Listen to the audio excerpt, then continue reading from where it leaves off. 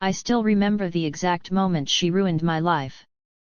It started with a phone call at 11:47 p.m. I almost didn't answer it. Because the last time I saw Ava Montgomery in college, she walked away from me without even saying goodbye. And girls like her didn't call girls like me. She was rich, elegant, untouchable. I was working double shifts, struggling to pay rent, eating instant noodles 3 nights a week. So when I heard her voice after 3 years, I froze. I need a favor. I laughed. Until she whispered, pretend to be my girlfriend for 1 weekend. Silence. Then she said something that changed everything. If I show up to my cousin's wedding alone, my family is going to force me into an engagement. I should have said no. But then she offered me $5,000. $5,000 to hold her hand. To smile in photos. To sleep in the same hotel suite. To convince everyone we were in love. Simple, right? That's what I thought too. Until the first night, when the hotel accidentally gave us one bed. And somewhere between her fingers touching mine in the dark, I still remember the exact moment everything started to change. It wasn't dramatic at first. No music. No warning. No feeling that my life was about to flip upside down. Just a vibrating phone on my kitchen counter. 11:47 p.m. I almost ignored it. I should have ignored it. Because the name on the screen didn't belong in my present life anymore. Ava Montgomery. I froze. For a full 5 seconds, I just stared at her name like it might disappear if I blinked too hard. 3 years. That's how long it had been since I last heard from her. 3 years since she walked out of my life without a goodbye, without explanation, without even looking back once. And now, she was calling me. My thumb hovered over the screen. I honestly thought it might be a mistake. Maybe she changed her number. Maybe it wasn't even her. Maybe. I pressed accept. For a second, there was only silence. Then her voice came through. Soft. Careful. Almost like she was scared I wouldn't listen. Riley. Hearing her say my name did something strange to my chest. I stood up straight without even realizing it. Yeah, I said quietly. It's me. Another pause. Then she exhaled like she had been holding her breath for a long time. I need a favor. That's how it started. No hello. No how are you. No apology for disappearing from my life. Just a favor. I let out a small laugh, more out of disbelief than humor. A favor, I repeated. You haven't talked to me in 3 years, Ava. Silence again. Then she said something that made my entire body go still. I know. Her voice cracked slightly. And that crack, that tiny imperfection in her tone, was not something I expected from her. Ava was always controlled. Always perfect. Always untouchable. But this sounded like someone standing at the edge of something breaking. I wouldn't ask, she continued softly, if I had any other option. I leaned back against my kitchen counter, heart suddenly uneasy. Then what is it? A long pause. Then she said it. I need you to pretend to be my girlfriend. For a moment, I thought I misheard her. I actually pulled the phone slightly away from my ear. Come again. A nervous breath on the other end. It's just for 1 weekend, she said quickly. A wedding. Family event. Nothing real. Just appearances. I stared at my kitchen wall like it might give me answers. This had to be some kind of joke. Ava, I said slowly, you do realize you're asking me to fake date you after disappearing from my life? I know, she whispered. That I know again. Lighter this time, but heavier in meaning. I waited for her to explain. She didn't. Instead, she added something worse. If I go alone, they'll force me into an engagement. That hit differently. My grip tightened on the phone. Your family is still doing that arranged marriage thing? Yes, she said quietly. A beat. Then softer. And I don't want it. Something in her voice made me pause. This wasn't the same Ava I remembered from college. That Ava used to look like she owned every room she walked into. This one sounded trapped inside hers. Still, I wasn't convinced. And you chose me? I asked. Out of everyone in your life. There was a long silence. Then she said something I didn't expect. Because you're the only person I know who never wanted anything from me. That line stayed with me. Long after the call ended. Because it wasn't just what she said, it was the way she said it. Like she meant it. Like she had been thinking about it for a long time. I walked around my tiny apartment in circles after that call. $5,000. She mentioned it almost casually at the end. Like it wasn't a big deal. But to me it was everything. Rent. Bills. Survival. And Ava, she knew that. That was the worst part. She knew exactly who she was calling. And why I wouldn't say no easily. I sat down on my bed and stared at the ceiling for a long time. Logic told me to refuse. Common sense screamed at me to stay away from whatever emotional mess Ava Montgomery was dragging me into. But my life wasn't exactly stable enough to listen to logic. So when I finally stood up again, I grabbed my jacket. And I left. Because I already knew something dangerous. This wasn't just about money. And it definitely wasn't going to stay fake for long. The rain hit harder the closer I got to the hotel.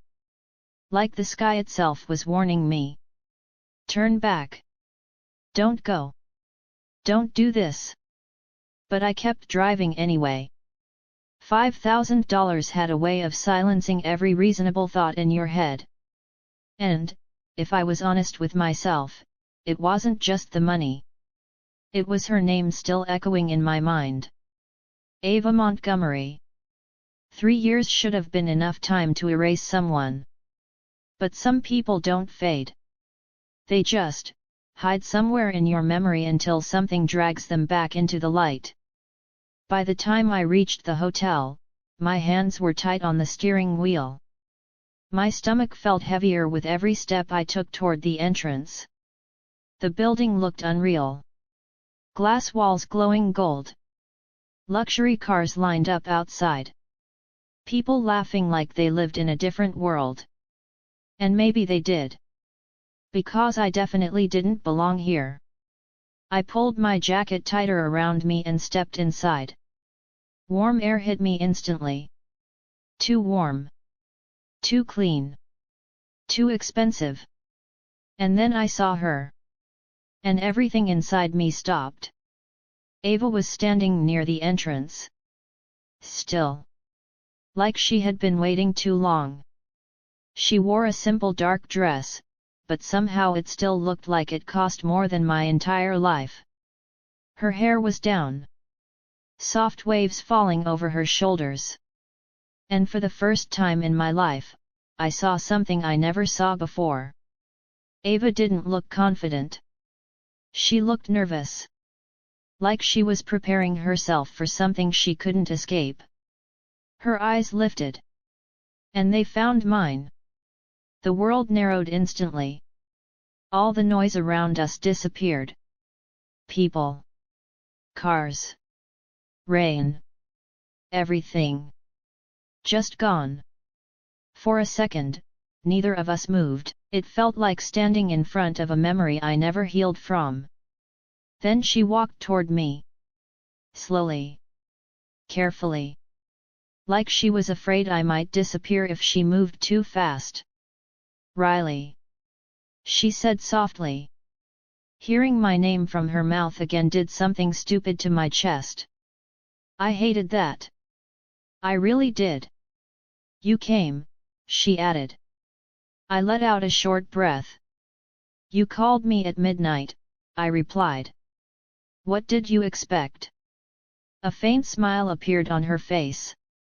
But it didn't reach her eyes. Up close, I noticed things I didn't remember from college. A small tiredness in her expression. A slight tension in her shoulders.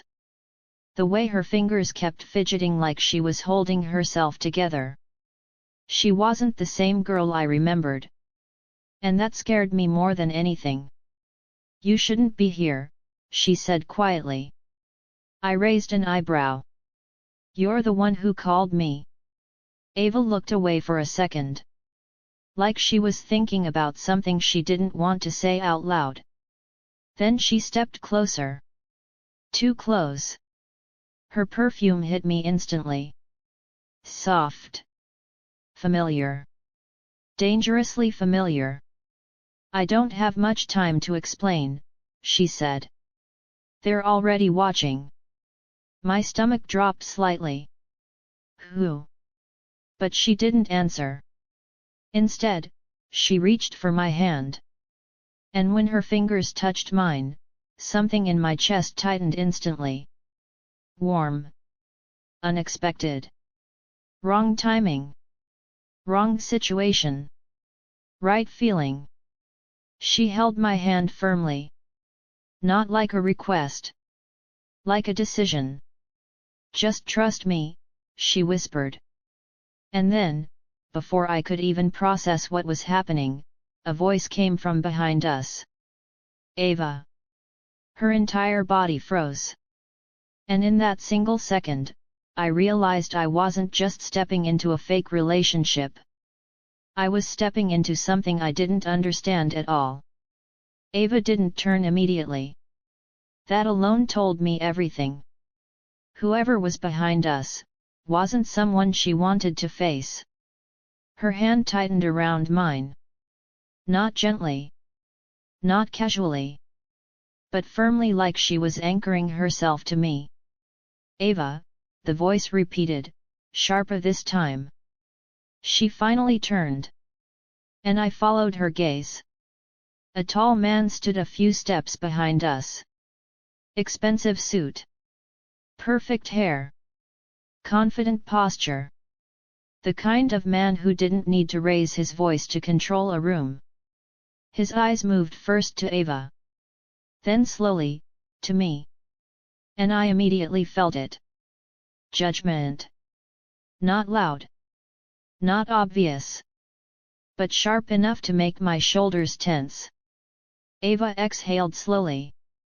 Uncle Harris, she said calmly. Uncle. So this was family. Great. The man gave a small polite smile, but it didn't reach his eyes. I didn't expect you to arrive with company, he said. His gaze stayed on me a second too long. Ava didn't hesitate. This is Riley, she said. A pause. Then she did something I wasn't prepared for. She lifted our joined hands slightly. And said clearly, my girlfriend. The word hit me again. But this time it didn't feel like shock. It felt heavier. More real. Uncle Harris's expression barely changed. But something in his eyes did. Like he was calculating. Measuring. Deciding. I see, he said slowly. Then he took a step closer. Not aggressive. Just, deliberate. And how long have you two been together? My throat went dry instantly. I felt Ava's fingers press slightly into mine, warning me without speaking. Think. Act. Don't break.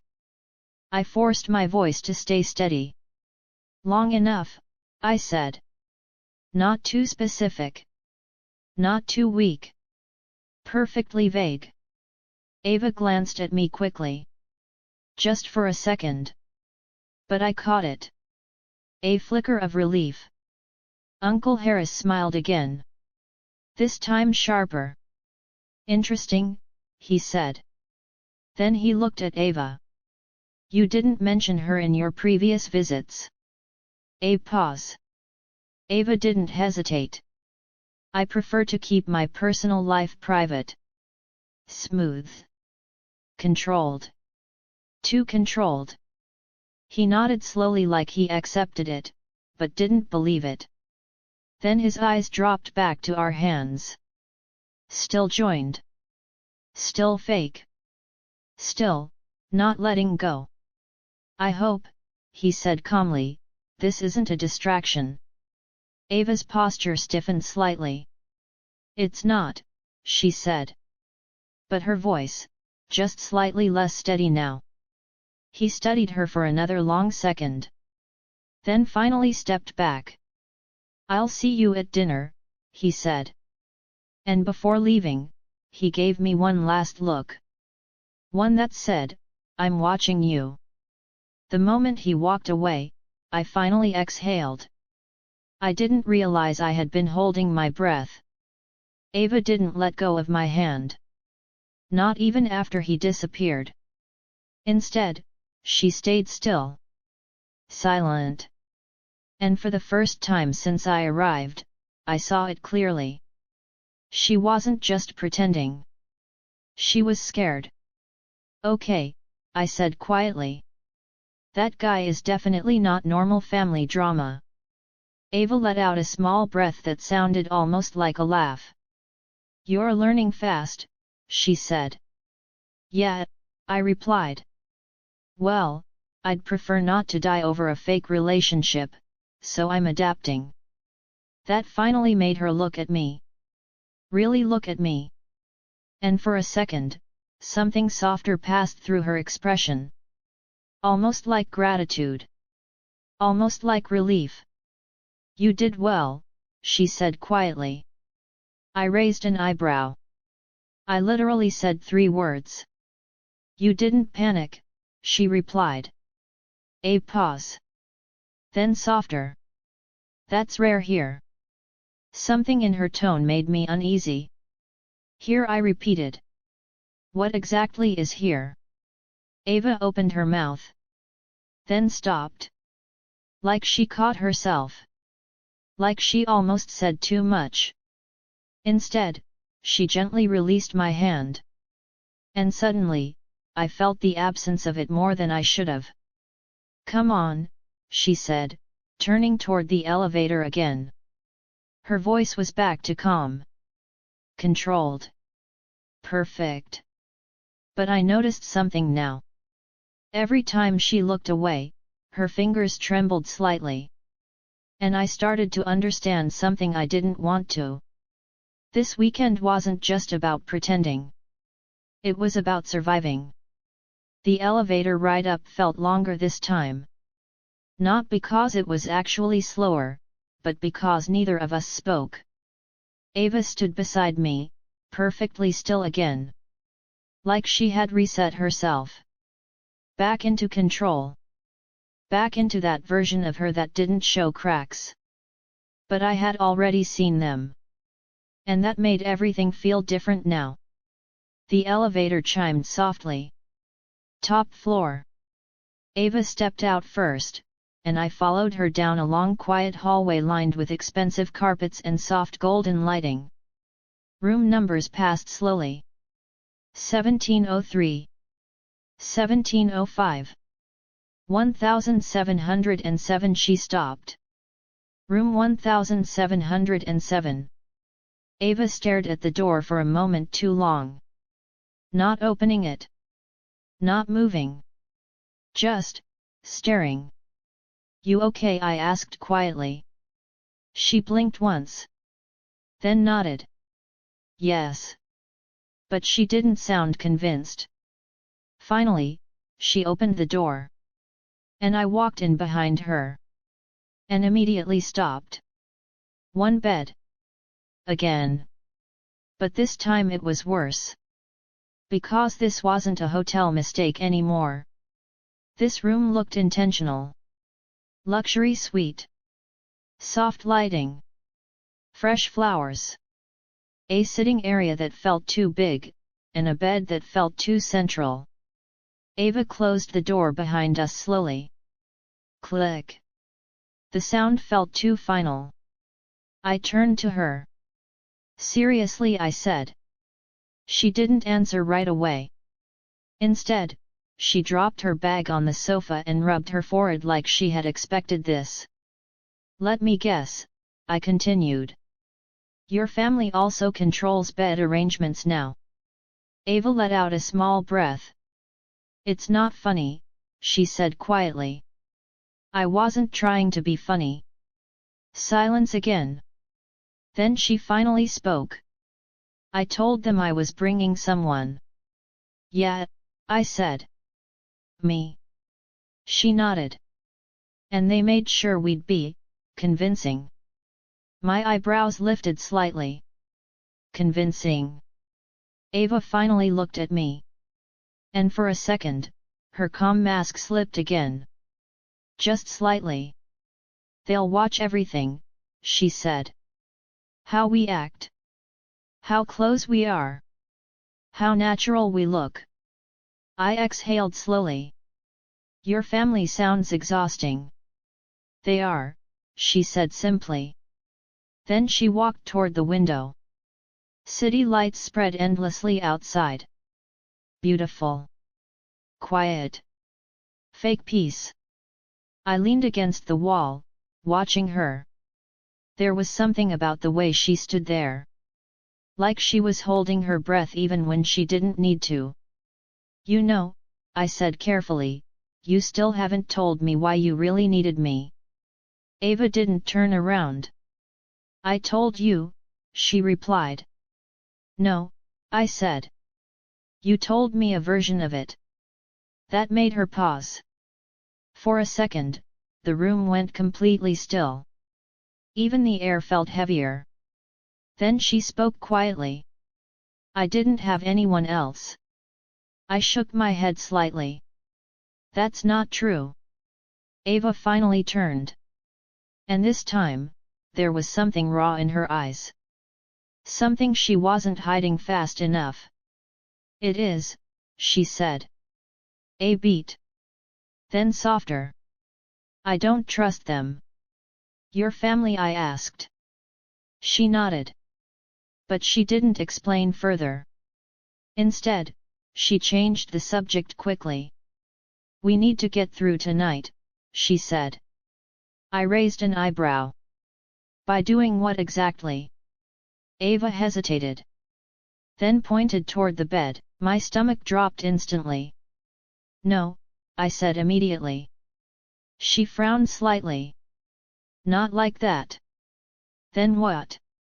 We share the room, she said. We act like a couple. Normal. Natural.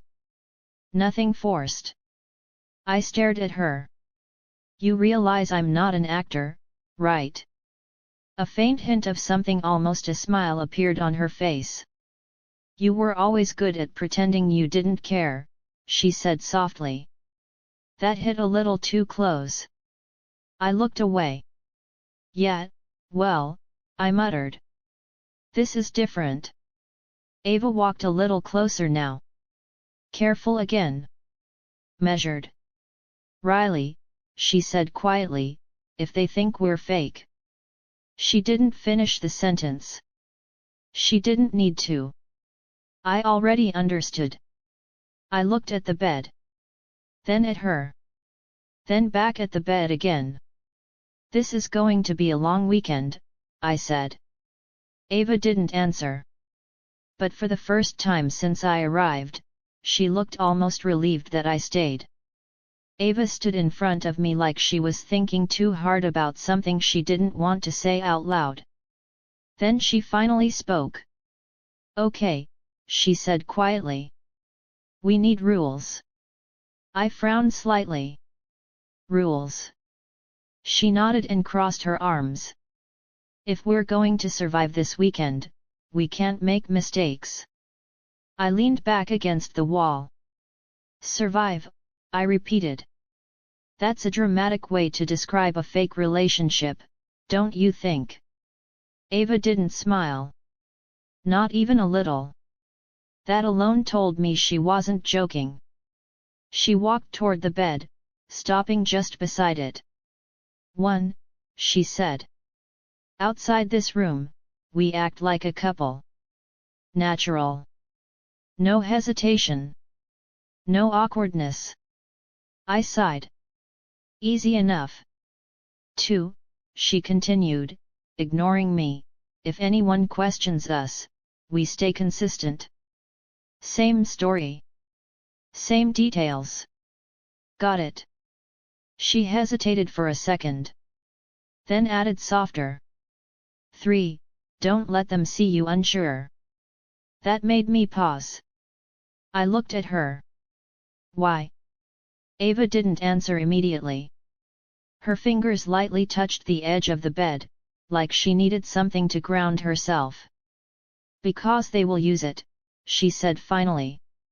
That sentence stayed in the air longer than it should have. I narrowed my eyes slightly. Your family sounds less like a family and more like a courtroom. Ava gave a quiet breath. It feels like that sometimes. Silence. A heavy one. Then I changed the subject before it got too deep. So what now, we just sleep in the same room and pretend we're in love? Ava finally looked at me. And for a second, something soft passed through her expression again. We don't have to pretend everything, she said quietly. I raised an eyebrow. What does that mean? She hesitated. Then walked toward the couch instead of the bed. I'll take the couch. I blinked. You're serious? Yes.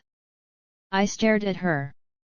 This is a luxury suite with a bed big enough for 5 people and you're choosing the couch. Ava didn't respond. Just looked away slightly. Like she didn't want to explain.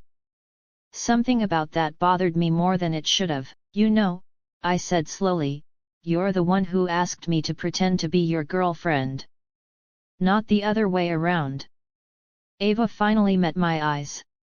And for the first time that night, she looked tired. I know, she said softly. A beat. Then. I just don't want this to feel real. That sentence hit strangely. Like it had more meaning than it should have. I watched her for a second. Then exhaled. Okay, I said. But this is already weird enough without you sleeping on a couch like I'm some kind of threat. Ava didn't respond. So I walked toward the couch and stopped in front of her. Move.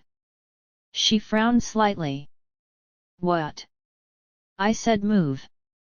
She hesitated. Then slowly stood up. I picked up a pillow and threw it onto the couch.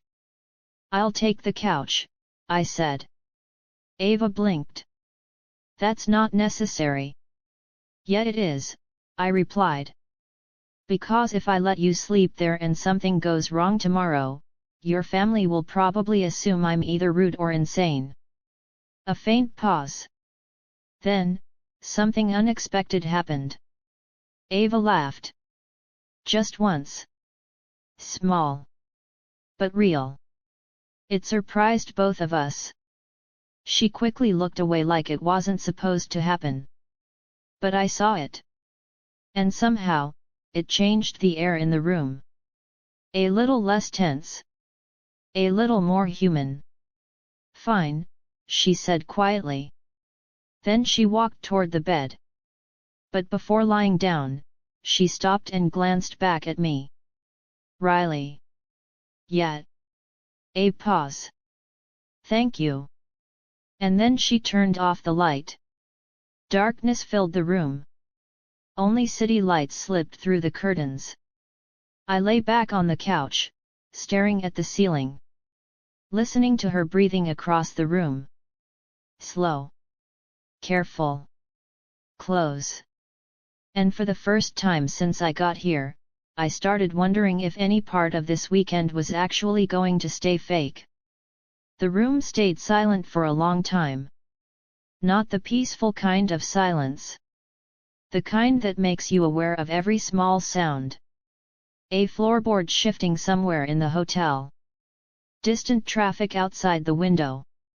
And Ava's breathing, steady but controlled. I lay on the couch staring at the ceiling, trying not to think too much. But thinking was the only thing my brain wanted to do. This whole situation still didn't feel real. Fake girlfriend. Luxury hotel suite. Her family watching like hawks. And Ava Montgomery, sleeping just a few feet away. I turned my head slightly. The bed was dimly lit by city glow slipping through the curtains. Ava was lying on her side. Facing away from me. Still. Too still. Like she was trying not to exist too loudly. I frowned slightly. Something about that bothered me. "You okay?" I asked quietly. No answer at first. I thought maybe she didn't hear me. Then. "Yes," she said softly. One word. Carefully controlled. I sighed and turned back to the ceiling. "Liar," I muttered. That got a reaction. A pause. Then her voice again. "I'm fine." But it didn't sound fine. Silence returned. A few minutes passed. Then I heard something small. A shift in the bed. I looked again. Ava had moved slightly. Still facing away, but now her hand was gripping the edge of the blanket. Tight. Like she was holding onto it for stability. I sat up a little. "Hey," I said again. A pause. Then she spoke. "Riley, can you turn off the bedside light completely?" I frowned. "It's already off." "I mean the hallway light," she said quietly. "Ah." The faint glow under the door. Luxury hotels never really get dark. I stood up and walked to the door, switching off the hallway lamp outside. When I came back, the room became much darker. Only faint city light remained. I sat back down slowly. "You scared of the dark or something?" I asked lightly. She didn't answer immediately. Then. "I just don't like sleeping in unfamiliar places." Her voice was softer than before. More honest. That caught me off guard. "You've stayed in places like this your whole life," I said. Ava turned slightly in bed. Just enough that I could see part of her face in the dim light. "I've stayed in a lot of places," she said. "That doesn't mean I feel safe in them." That sentence landed heavier than it should have. I didn't reply. For a moment, neither of us spoke. Then I heard her again. "Riley." "Yet." A pause. Then quietly. "Are you still there?" Something about that question made my chest tighten. Like she wasn't asking about physical distance. But something deeper. "I'm here," I said simply. Another silence. But this one felt different. Less tense. More fragile. After a few minutes, I heard her breathing change. Slower. More steady. She was falling asleep. I leaned back on the couch again. But I didn't close my eyes. Because for some reason, knowing she was asleep made it harder for me to sleep. The room felt smaller now. Not because of the space. But because of her presence. Somewhere in the middle of the night, I heard a soft sound. Ava shifted again. Then very quietly. "Riley." I turned slightly. But she didn't continue. Just my name. Barely above a whisper. I waited. No response. She was asleep. Or half asleep. I stared at the ceiling again. And for the first time, I realized something I didn't want to admit. This wasn't feeling like a fake relationship anymore. It was starting to feel like something I might not be able to walk away from. Morning came too quietly. No alarms. No chaos. Just soft golden light slipping through the curtains like nothing dramatic had happened the night before. For a few seconds, I forgot where I was. Then I shifted slightly on the couch. And reality hit again. Luxury suite. One bed. One fake relationship. And Ava Montgomery asleep just a few feet away. I sat up slowly, rubbing my face. My neck hurt. The couch wasn't made for sleeping. And my brain felt even worse. Then I looked toward the bed. Ava was still asleep. For the first time, she didn't look controlled. No perfect posture. No guarded expression. Just, human. Her hair was slightly messy across the pillow. Her face relaxed in a way I hadn't seen before. It almost made me forget everything complicated about her. Almost. I stood up quietly and walked toward the window, trying not to think too deeply about it. Outside, the city was already alive. Cars moving. People rushing. A world that didn't care about fake girlfriends or emotional chaos. I ran a hand through my hair and sighed. This is a mistake, I whispered to myself. Definitely a mistake. Behind me. I heard that. I froze. Slowly turned around. Ava was awake now. Sitting up in bed. Hair slightly messy. Eyes half-lidded. But still, watching me carefully. You were supposed to be asleep, I said. I was, she replied. A pause. Then she added quietly. You talk in your sleep sometimes. I blinked. That's not true. She tilted her head slightly. It is. What did I say? Ava hesitated. For the first time since I met her again, she looked slightly amused. I didn't understand all of it, she said. But I heard my name. That made my stomach tighten slightly. Great, I muttered. That's embarrassing. A small silence. Then she smiled faintly. A real one again. Not forced. Not controlled. Just small, and unexpectedly warm. You looked uncomfortable on the couch, she said. I've had worse. Ava swung her legs off the bed slowly. You didn't have to take it. I know, I replied. Another pause. Then she stood up and walked toward me. Barefoot. Slow. Not like the Ava from yesterday. This one felt different. Less guarded. More present. You should have just slept on the bed, she said. I raised an eyebrow. With you that would have been a disaster waiting to happen. Ava stopped. Looked at me for a second longer than necessary. Then softly. Why? That question hit unexpectedly. I hesitated. Because it's fake, I said finally.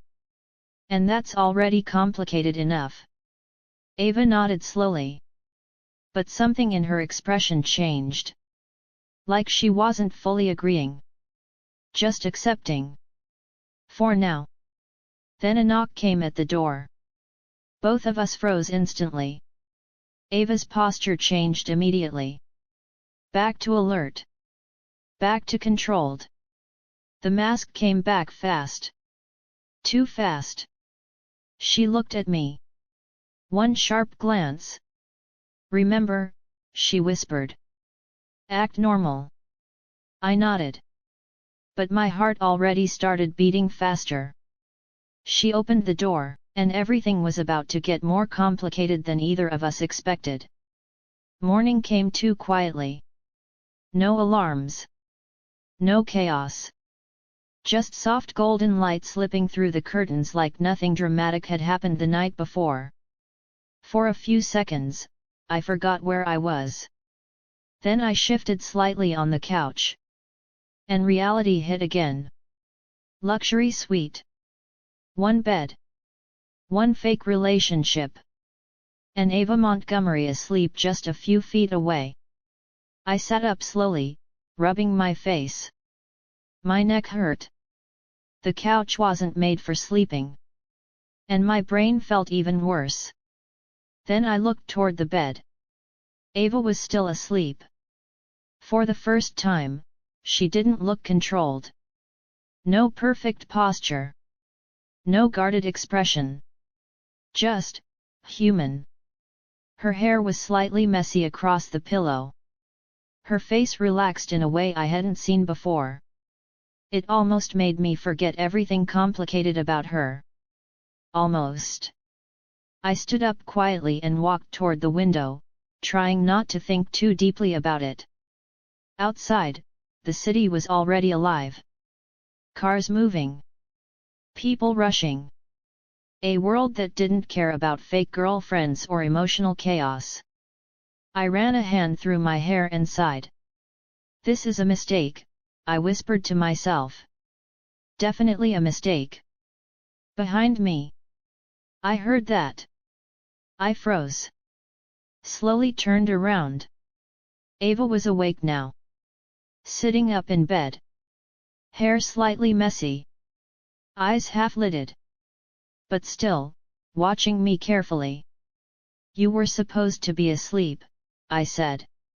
I was, she replied. A pause. Then she added quietly. You talk in your sleep sometimes. I blinked. That's not true. She tilted her head slightly. It is. What did I say? Ava hesitated. For the first time since I met her again, she looked slightly amused. I didn't understand all of it, she said. But I heard my name. That made my stomach tighten slightly. Great, I muttered. That's embarrassing. A small silence. Then she smiled faintly. A real one again. Not forced. Not controlled. Just small, and unexpectedly warm. You looked uncomfortable on the couch, she said. I've had worse. Ava swung her legs off the bed slowly. You didn't have to take it. I know, I replied. Another pause. Then she stood up and walked toward me. Barefoot. Slow. Not like the Ava from yesterday. This one felt different. Less guarded. More present. You should have just slept on the bed, she said. I raised an eyebrow. With you that would have been a disaster waiting to happen. Ava stopped. Looked at me for a second longer than necessary. Then softly. Why? That question hit unexpectedly. I hesitated. Because it's fake, I said finally. And that's already complicated enough. Ava nodded slowly. But something in her expression changed. Like she wasn't fully agreeing. Just accepting. For now. Then a knock came at the door. Both of us froze instantly.